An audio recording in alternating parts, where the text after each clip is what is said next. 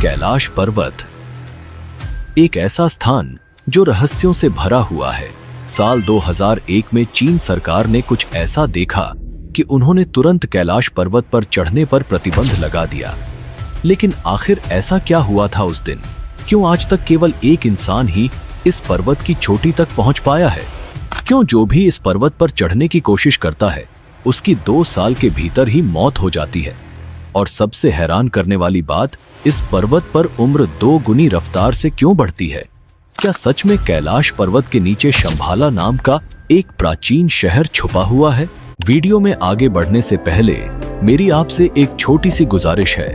अगर आप हमारे चैनल पर पहली बार आए हैं तो कृपया चैनल को सब्सक्राइब जरूर करें और कमेंट बॉक्स में हर हर महादेव लिखकर अपना आशीर्वाद दें। अमेरिकी संस्था नासा ने इस पर्वत पर कुछ ऐसा देखा जिसने उनके वैज्ञानिकों के होश उड़ा दिए। और जब चीन ने कैलाश पर्वत पर हेलीकॉप्टर भेजा तो उसके साथ क्या हुआ? इन सभी प्रश्नों और अनसुलझे रहस्यों को हम आज के इस वीडियो में उजागर करेंगे। तो जुड़े रहिए, क्योंकि जो आप जानने जा रहे हैं वो आपकी सोच से भी परे है।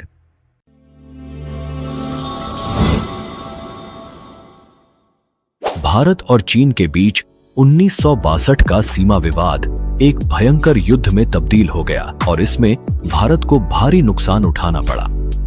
इस युद्ध के परिणाम स्वरूप चीन ने भारत की लगभग 72,000 वर्ग मील जमीन पर कब्जा कर लिया और इसी दौरान कैलाश पर्वत का क्षेत्र भी चीन के नियंत्रण में चला गया।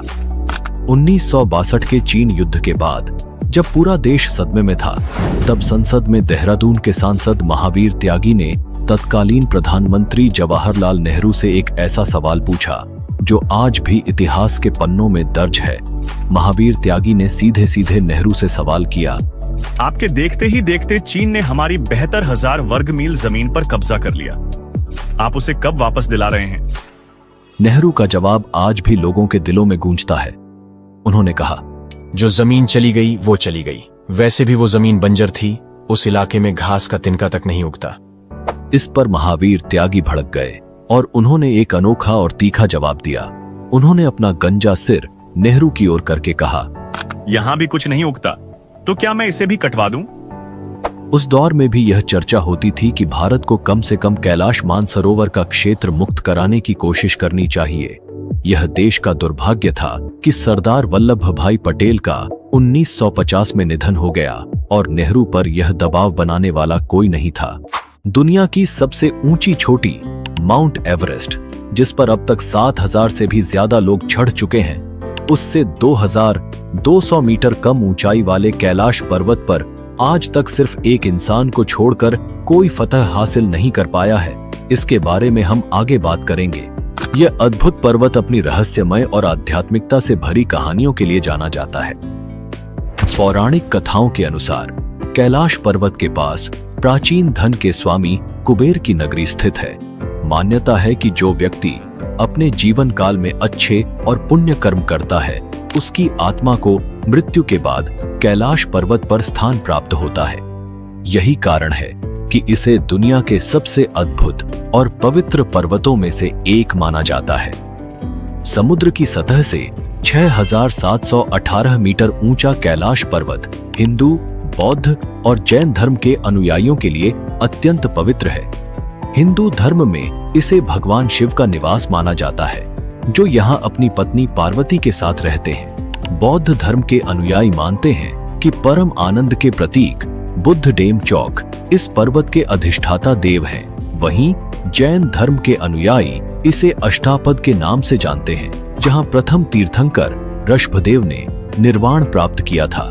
कैलाश पर्वत, जिसे श्रद्धा और आस्था का प्रतीक माना जाता है, केवल एक पर्वत नहीं है, बल्कि यह धर्म, आस्था और रहस्यों का एक अद्भुत संगम है।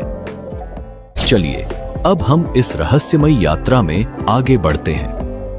साल था 1999, जब रूस के विशेषज्ञ एर्नस्ट मुल्दाशिफ और उनकी टीम ने कैलाश पर्वत के रहस्यों को जानने के लिए एक साहसिक कदम उठाया।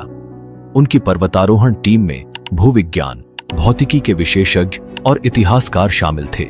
इस दल ने तिब्बती लामाओं से मुलाकात की और कैलाश पर्वत के आसपास कई महीने बिताए। उस रहस्यमयी स्थान की गहराइयों को समझने के लिए। मुल्दाशिफ ने अपनी इस यात्रा का विस्तृत विवरण अपनी किताब where do we come from में लिखा, जिसमें उन्होंने कैलाश पर्वत के बारे में चौंकाने वाले खुलासे किए। उनकी टीम इस निष्कर्ष पर पहुंची कि कैलाश पर्वत वास्तव में एक विशाल मानव निर्मित पिरामिड है, जिसका निर्माण प्राचीन काल में किया गया था। उन्होंने दावा किया कि यह पिरामिड कई छोटे छोटे पिरामिडों से घिरा हुआ है और यह स्थान अलौकिक गतिविधियों का केंद्र है। मुल्दाशिफ ने वहां से लौटने के बाद लिखा, हमें रात की खामोशी में पहाड़ के भीतर से एक अजीब तरह की फुसफुसाहटें सुनाई देती हैं। एक रात अपने दोनों सहयोगियों के साथ मैंने साफ साफ पत्थरों के गिरने की आवाज सुनी। यह आवाज कैलाश पर्वत के पेट के भीतर से आ रही थी। हमें ऐसा लगा जैसे इस पिरामिड के अंदर कुछ लोग रहते हैं। समय के तेजी से बीतने का एक अद्भुत प्रमाण इस क्षेत्र में देखने को मिला है। कैलाश पर्वत क्षेत्र में आने वाले लोगों ने पाया कि उनके शरीर के बाल और नाखून मात्र 2 दिनों में ही इतने बढ़ जाते हैं जितने सामान्यतः 2 हफ्तों में बढ़ने चाहिए। इतना ही नहीं, उनकी त्वचा भी सामान्य से अधिक तेजी से बूढ़ी नजर आने लगती है। यह रहस्यमयी घटना बताती है कि कैलाश पर्वत क्षेत्र में समय की गति कुछ अलग ही ढंग से काम करती है। यह अनुभव लोगों को यह सोचने पर मजबूर कर देता है कि इस पवित्र स्थान में कुछ ऐसी अदृश्य शक्तियां हैं जो मानव शरीर और मन को गहराई से प्रभावित करती हैं। रूसी डॉक्टर अर्नेस्ट मुल्दाशिफ अपने संस्मरणों में एक अद्भुत और रहस्यमयी घटना का जिक्र करते हैं। वे लिखते हैं कि एक बार उन्हें एक साइबेरियाई पर्वतारोही ने बताया था कि कुछ पर्वतारोही कैलाश पर्वत पर एक निश्चित बिंदु तक पहुंचने में सफल हुए थे, लेकिन जैसे ही वे उस बिंदु तक पहुंचे, अचानक वे बूढ़े दिखाई देने लगे।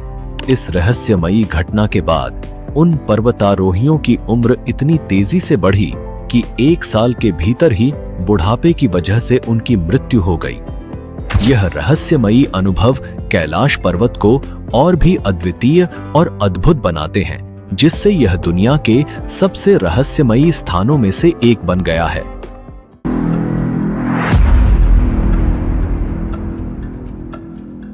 अब बात करते हैं कैलाश पर्वत के आधार पर स्थित 2 झीलों की, मानसरोवर और राक्षस ताल।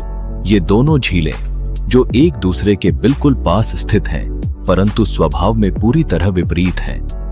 मानसरोवर झील, जिसे दुनिया की सबसे ऊंची मीठे पानी की झील माना जाता है, अपने शांत और स्थिर स्वभाव के लिए प्रसिद्ध है। इसका आकार गोल है, जैसे सूर्य की आकृति। इसके पवित्र पानी में जीवन की बहुलता देखी जाती है। सबसे हैरान करने वाली बात यह है कि इतनी ऊंचाई और ठंड के बावजूद यह झील कभी नहीं जमती और इसमें कभी लहरें नहीं उठती। इसे देखने वाले हर व्यक्ति को अद्भुत शांति का अनुभव होता है। दूसरी ओर राक्षस ताल, जो मानसरोवर के पास ही स्थित है, दुनिया की सबसे ऊंची खारे पानी की झील है। इसके पानी में खारापन इतना अधिक है कि यहाँ कोई जीवन पनप नहीं सकता। यह झील हमेशा उथल पुथल में रहती है, जैसे किसी आंतरिक बेचैनी से भरी हुई हो। कहते हैं कि राक्षस ताल का निर्माण स्वयं रावण ने किया था, जो भगवान शंकर के अनन्य उपासक थे। अपनी इच्छाओं की पूर्ति के लिए रावण कैलाश पर्वत गया, लेकिन उससे पहले उसने राक्षस ताल में स्नान किया और वहीं ध्यान लगाया।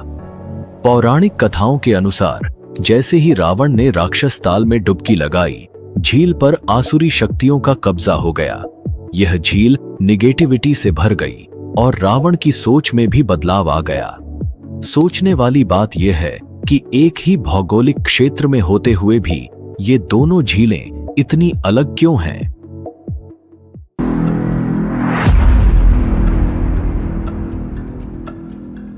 क्या आप जानते हैं कि कैलाश पर्वत और मानसरोवर झील के आसपास एक रहस्यमयी ध्वनि सुनाई देती है? जब आप इन पवित्र स्थलों के पास पहुंचते हैं तो ऐसा लगता है जैसे आसमान में कोई विमान उड़ रहा हो, लेकिन जब आप ध्यान से सुनते हैं तो ये आवाज बिल्कुल वैसी होती है जैसे किसी ने डमरू बजाया हो या फिर ओम की गूंज हो रही हो। वैज्ञानिक इसे प्राकृतिक घटना बताते हैं और कहते हैं कि शायद यह आवाज बर्फ के पिघलने से उत्पन्न होती है, लेकिन वहां जाने वाले कई साधक और यात्री मानते हैं कि यह ध्वनि केवल एक संयोग नहीं बल्कि एक दिव्य संकेत है। ऐसा कहा जाता है कि कैलाश पर्वत की शक्तिशाली ऊर्जा और वहां की आध्यात्मिक शक्तियां इस ध्वनि को जन्म देती हैं। क्या यह बर्फ के पिघलने की साधारण आवाज है या फिर ओम की दिव्य ध्वनि का चमत्कार? यह सवाल आज भी अज्ञात है और शायद यही कैलाश पर्वत के रहस्य को और गहराई से जोड़ता है।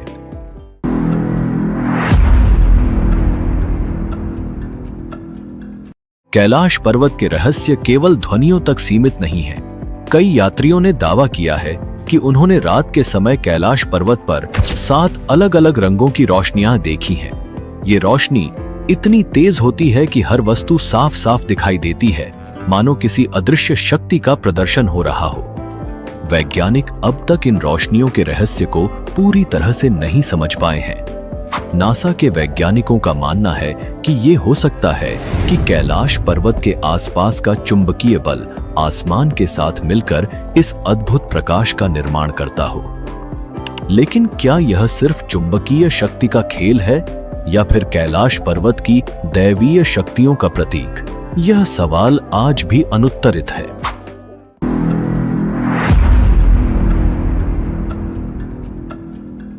क्या आपने हिम मानव या यति की कहानियां सुनी हैं? यह वह विशालकाय प्राणी है जिसे कैलाश पर्वत और हिमालय के दुर्गम क्षेत्रों में देखा गया है। वर्षों से हिमालय के आसपास रहने वाले लोग दावा करते हैं कि उन्होंने इस रहस्यमयी प्राणी को अपनी आंखों से देखा है, लेकिन आज तक इस बात का पुख्ता सबूत नहीं मिला कि यह वास्तव में कौन है, एक विशाल भालू, जंगली मानव या फिर एक प्राचीन प्राणी। कई तिब्बती और नेपाली लोग मानते हैं कि यह हिम मानव कैलाश पर्वत के आसपास घूमता है। इसे यति कहा जाता है और इसके बारे में कई कहानियां प्रचलित हैं। कुछ इसे भूरा भालू कहते हैं तो कुछ इसे जंगली मानव। यहाँ तक कि यह माना जाता है कि यह लोगों पर हमला कर सकता है और उन्हें खा भी सकता है। इस रहस्य ने हिमालय की इन पवित्र भूमि को और भी गहराई से जिज्ञासा का केंद्र बना दिया है। वैज्ञानिक भी इस बारे में शोध कर रहे हैं। कुछ शोधकर्ताओं का मानना है कि हिम मानव वास्तव में निएंडरथल मानव के अवशेष हो सकते हैं जो अब तक इन बर्फीले क्षेत्रों में जीवित हैं। हालांकि यह सिर्फ एक परिकल्पना है, क्योंकि अब तक हिम मानव के शरीर या उसके जीवन के ठोस प्रमाण नहीं मिले हैं। विश्व भर के करीब 30 वैज्ञानिकों ने इस बात का दावा किया है कि हिमालय के बर्फीले इलाकों में हिम मानव मौजूद हो सकते हैं, लेकिन वे इसे साबित नहीं कर पाए।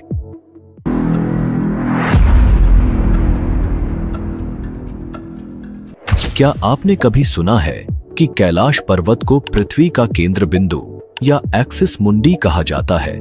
कई धार्मिक और पौराणिक मान्यताओं के अनुसार कैलाश पर्वत वह स्थान है जहां स्वर्ग और पृथ्वी का मिलन होता है। इसे ब्रह्मांड की धुरी या मेरुदंड कहा गया है, जो समस्त जीवों और ब्रह्मांड की ऊर्जा का केंद्र है। प्राचीन ग्रंथों में एक्सिस मुंडी का अर्थ होता है वह स्थान जहां धरती और आकाश आपस में जुड़ते हैं। यह धुरी पूरी पृथ्वी को संतुलित करती है और इसी कारण इसे विश्व का केंद्र कहा जाता है। हिंदू धर्म के अनुसार कैलाश पर्वत केवल भगवान शिव का निवास स्थल नहीं, बल्कि यह वह स्थान है जहां से संपूर्ण ब्रह्मांड का संचालन होता है। यह दुनिया के सभी धार्मिक और आध्यात्मिक धारणाओं में एक पवित्र और रहस्यमयी स्थान के रूप में स्थापित है।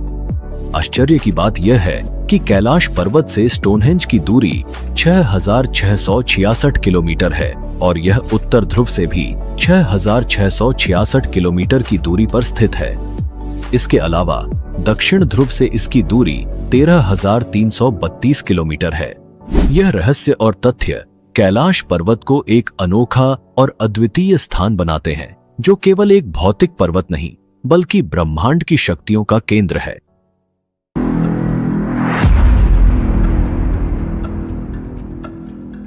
क्या आप जानते हैं कि कैलाश पर्वत, जिसे दुनिया के सबसे पवित्र पर्वतों में से एक माना जाता है, आज तक कोई भी इंसान उसकी चोटी तक नहीं पहुंच पाया है। हिमालय की सबसे ऊंची चोटियों को तो कई पर्वतारोहियों ने सफलतापूर्वक फतह किया है, लेकिन कैलाश पर्वत पर चढ़ने की कोशिश करने वाले हर किसी के कदम किसी न किसी कारण से थम जाते हैं। आखिर इस पर्वत में ऐसा क्या रहस्य छुपा है जो इसे आज भी अछूता बनाए हुए है? आइए जानते हैं अब तक कितने लोगों ने कैलाश पर्वत पर चढ़ने की कोशिश की और उनका क्या परिणाम रहा। रूसी पर्वतारोही सर्गेई सिस्टियाकोव ने भी इस रहस्यमयी पर्वत की चढ़ाई का प्रयास किया। जब वह चोटी के करीब पहुंचे तो अचानक उनकी तबीयत बिगड़ने लगी। उन्हें कमजोरी और असहजता महसूस होने लगी और मजबूर होकर उन्हें वापस लौटना पड़ा। सर्गेई सिस्टियाकोव ने बताया कि जब मैं पर्वत के बिल्कुल पास पहुंच गया तो मेरा दिल तेजी से धड़कने लगा। मैं उस पर्वत के बिल्कुल सामने था जिस पर आज तक कोई नहीं चढ़ सका। अचानक मुझे बहुत कमजोरी महसूस होने लगी और मन में ये ख्याल आने लगा कि मुझे यहाँ और नहीं रुकना चाहिए। उसके बाद जैसे जैसे हम नीचे आते गए, मन हल्का होता गया। रीनहोल्ड मेस्नर इटली के एक प्रसिद्ध पर्वतारोही, जिन्होंने समुद्र तल से 26,000 फीट से अधिक ऊंचाई वाली 14 सबसे ऊंची चोटियों पर चढ़ने का रिकॉर्ड बनाया है, वह साधारण पर्वतारोही नहीं थे, बल्कि अद्वितीय साहस और दृढ़ संकल्प के प्रतीक थे। लेकिन जब उन्हें कैलाश पर्वत पर चढ़ने के लिए कहा गया तो उन्होंने मना कर दिया।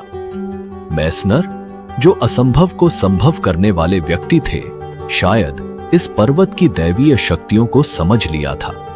बहुत कम लोग जानते हैं कि उन्हें चीनी अधिकारियों द्वारा कैलाश पर्वत पर चढ़ाई करने का प्रस्ताव दिया गया था, जिसे उन्होंने ठुकरा दिया। इस निर्णय के बाद चीन ने कैलाश पर्वत पर चढ़ाई करने पर प्रतिबंध लगा दिया, क्योंकि यह पर्वत किसी साधारण मनुष्य की क्षमता से परे माना जाता है। कहा जाता है कि तिब्बती बौद्ध साधु मिलारेपा ने 11वीं शताब्दी में कैलाश पर्वत की चोटी तक पहुंचने का एकमात्र सफल प्रयास किया था।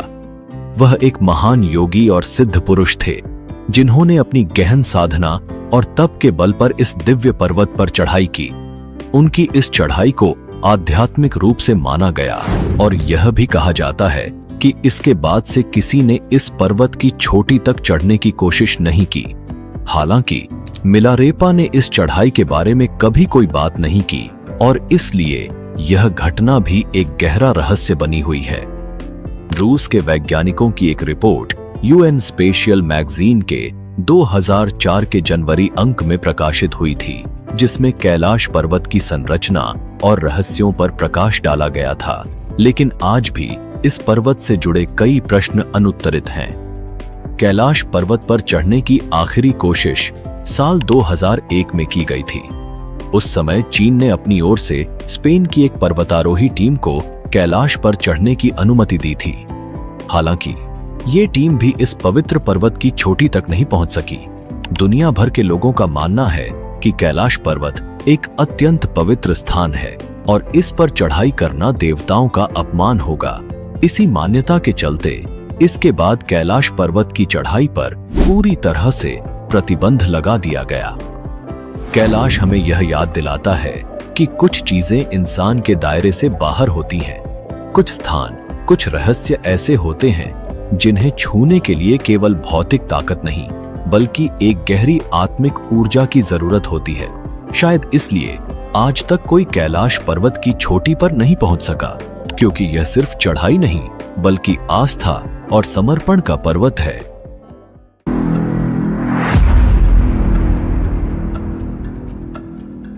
कैलाश पर्वत का एक और अद्भुत रहस्य है उसकी छाया से बनने वाले स्वस्तिक और ओम के चिन्ह। जैसे ही सूरज कैलाश पर्वत के पीछे डूबता है, पर्वत की छाया से स्वस्तिक का अद्भुत चिन्ह उभरता है। यह वही स्वस्तिक है जिसे हिंदू धर्म में शुभ और समृद्धि का प्रतीक माना जाता है। इस पवित्र प्रतीक को देखकर लगता है मानो भगवान शिव और सूर्य देव के बीच एक गहरा आध्यात्मिक संबंध प्रकट हो रहा हो। लेकिन यह केवल एक ही रहस्य नहीं है। जब कैलाश पर्वत पर बर्फ गिरती है तो दक्षिण दिशा से देखने पर बर्फ की संरचना से ओम का चिन्ह बनता है। यह वही ओम है जो हिंदू धर्म में परम वास्तविकता और आध्यात्मिक ज्ञान का प्रतीक माना जाता है। ओम पर्वत के रूप में दिखने वाला यह दृश्य दर्शकों को प्रकृति और आध्यात्मिकता के गहरे संबंध की याद दिलाता है और हमें यह समझने का अवसर देता है कि यह पर्वत कितना दिव्य और रहस्यमयी है। ये प्राकृतिक घटनाएं पीढ़ियों से लोगों को विस्मित करती आ रही हैं और कैलाश पर्वत के आध्यात्मिक महत्व को और भी गहरा बना देती है।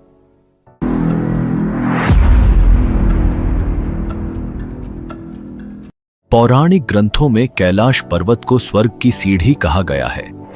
यह माना जाता है कि रावण ने इस पर्वत पर स्वर्ग तक पहुंचने के लिए सीढ़ी बनाई थी, परंतु यह केवल रावण की ही कथा नहीं है। वेदों के अनुसार कैलाश पर्वत पृथ्वी और स्वर्ग के बीच की एक पवित्र धुरी है जो उन्हें जोड़ती है। महाभारत में भी इसका उल्लेख मिलता है, जहां पांडव अपनी पत्नी द्रौपदी के साथ मोक्ष की प्राप्ति के लिए कैलाश पर्वत पर चढ़ते हैं। यात्रा के दौरान एक एक करके सभी पांडव गिरते गए, परंतु युधिष्ठिर अपने सच्चे धर्म और निष्कलंक जीवन के कारण स्वर्ग में प्रवेश करने में सक्षम रहे। कैलाश पर्वत को पूर्णता का प्रतीक माना जाता है।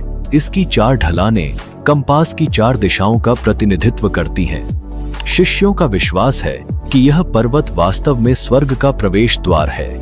इसकी दिव्यता और पवित्रता से यह स्थान एक अद्वितीय आध्यात्मिक धरोहर बन जाता है।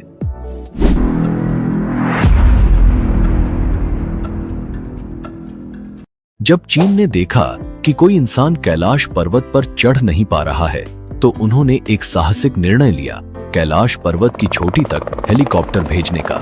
हालांकि कैलाश पर्वत के ऊपर हेलीकॉप्टर और विमान उड़ाने की सख्त मनाही है, क्योंकि इस इलाके का मौसम अचानक खराब हो जाता है और कोई भी हवाई जहाज यहाँ लंबे समय तक टिक नहीं पाता। कई दिनों की मौसम रिसर्च के बाद चीन ने एक साफ दिन चुना और अपने हेलीकॉप्टर को कैलाश पर्वत की ओर रवाना किया। शुरुआत में सब कुछ ठीक लग रहा था। हेलीकॉप्टर में बैठे लोग कैलाश पर्वत के अद्भुत दृश्य का आनंद ले रहे थे। उन्हें लग रहा था कि सब कुछ सही चल रहा है और वे चोटी तक पहुंच जाएंगे। लेकिन जैसे ही उन्होंने थोड़ी और ऊंचाई हासिल की, माहौल में बदलाव आने लगे। कैलाश के ऊपर बादल घिरने लगे और हिमस्खलन के दृश्य दिखाई देने लगे। लेकिन सबसे डरावनी बात तब हुई जब आसमान में गहरे काले बादल हेलीकॉप्टर को घेरने लगे। हिम्मत जुटाकर वे हेलीकॉप्टर को और ऊपर ले गए, लेकिन तभी आसमान में बिजली कड़कने लगी और तेज बर्फबारी शुरू हो गई। ऊंचाई पर हवा का दबाव इतना बढ़ गया कि हेलीकॉप्टर को नियंत्रित करना बेहद मुश्किल हो गया। चीन के वैज्ञानिकों ने बताया कि कैलाश पर्वत की अद्वितीय भौगोलिक स्थिति के कारण सभी दिशाएं जाकर एक साथ मिल जाती हैं, जिससे वे दिशा भ्रम में फंस गए। इस दौरान उनके कंपास ने भी काम करना बंद कर दिया। अब उनके पास कोई विकल्प नहीं था और उन्होंने वापस नीचे लौटने का निर्णय लिया। धीरे धीरे वे नीचे आए। दिल की धड़कनें तेज थीं, लेकिन सुरक्षित वापस लौटे। इस घटना ने चीन को यह समझा दिया कि इस रहस्यमय पर्वत पर चढ़ना या इसे जीतना उनके बस की बात नहीं है।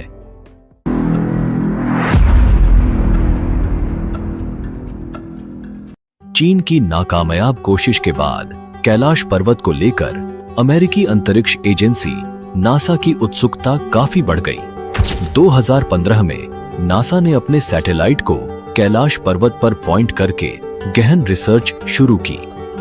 इस पर्वत के रहस्यों ने नासा के वैज्ञानिकों को भी चौंका दिया। निरीक्षण के बाद जो तस्वीरें नासा के वैज्ञानिकों ने साझा की, उनमें कैलाश पर्वत की एक रहस्यमयी परछाई दिखाई दी। इस परछाई को देखकर ऐसा प्रतीत होता है जैसे कोई विशाल आकृति ध्यान की मुद्रा में बैठी हो। इस अद्भुत दृश्य ने दुनिया भर के लोगों को चौंका दिया, क्योंकि इसे ज्यादातर लोग भगवान शिव की छवि से जोड़कर देख रहे थे। यह रहस्यमयी छवि कैलाश पर्वत की पवित्रता और उसके आध्यात्मिक महत्व को और गहरा करती है, जो आज भी मानवता के लिए एक अनसुलझी पहेली बनी हुई है।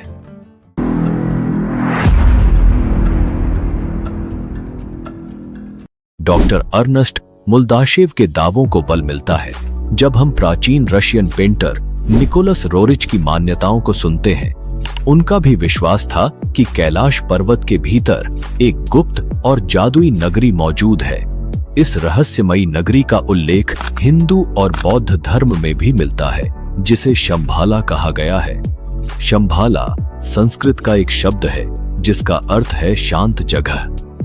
विष्णु पुराण के अनुसार यही वह पवित्र स्थान है जहां भगवान विष्णु के अंतिम अवतार कल्कि का जन्म होगा।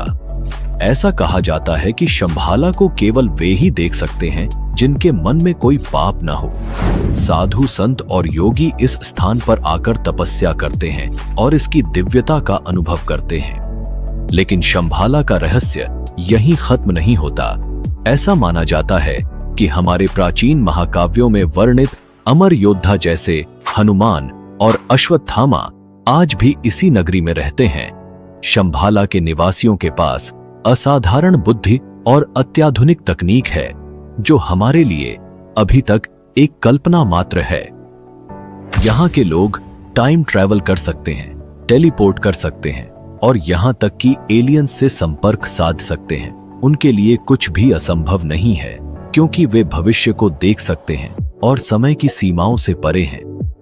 कैलाश पर्वत के भीतर छिपी इस अद्भुत नगरी का रहस्य आज भी हमारे सामने एक अनसुलझी पहेली है जो हमें प्रकृति, आध्यात्मिकता और विज्ञान के बीच के गहरे संबंधों की ओर इशारा करता है। अगर आप शंभाला के इस अद्भुत रहस्य पर और अधिक जानना चाहते हैं और इस पर एक विशेष डॉक्यूमेंट्री देखना चाहते हैं तो हमें कमेंट में जरूर बताएं। हम जल्द ही शंभाला के इस रहस्यमयी और अद्वितीय विषय पर एक नई वीडियो लेकर आएंगे। अगर आपको कैलाश पर्वत के रहस्यों ने मोहित किया है और आप इस तरह की और भी अद्भुत कहानियों को जानना चाहते हैं तो हमारे चैनल को सब्सक्राइब करें